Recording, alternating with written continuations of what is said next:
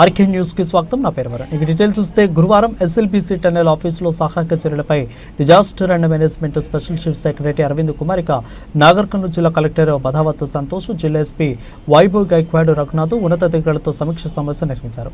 సహాయక చర్యల పునోగ్రతిని అదేవిధంగా సమీక్షించి తదుపరి చర్యలపై చర్చించారు. కేంద్రం రాష్ట్ర ప్రభుత్వ సహాయక బృందాలతో ప్రతిరోజు సమీక్ష నిర్వహిస్తూ ఏ రోజుకు ఆ రోజు చేయవలసిన పనులను అధికారులను సహాయక బృందాలుగా వివరిస్తున్నట్లు తెలిపారు. ఇక సహాయక బృందాలు ఎస్ఎల్బీసీ రెస్క్యూ ఆపరేషన్లను 24 గంటలు నిరంతరంగా కొనసాగుతున్నట్లు వివరించారు. ఎస్ఎల్బీసీ టన్నెల్ ప్రమాద ప్రదేశంలో సహాయక చర్యలు నిరంతరంగా కొనసాగుతున్నాయని దక్షిణ మధ్య రైల్వేకు చెందిన ప్లాస్మా కట్టర్, ఇక థర్మల్ కట్టర్ బృందాలు టన్నెల్ బోరింగ్ మిషన్స్, ఇక అదేవిధంగా ప్లాట్ఫామ్లో కత్తిరించే పనులు నిమగ్నమై ఉన్నట్లు వివరించారు. Tunnel boring machine platform cutting పనులు వేగంగా కొనసాగుతున్నట్లు, ప్రమాద ప్రదేశంలో తవ్వకాలు జరుగుతున్నట్లు, D1, D2 ప్రాంతాలలో సింగరేణి ర్యాట్ మైనర్స్ బృందాలు నిరంతరంగా పనిచేస్తున్నట్లు తెలియజేశారు.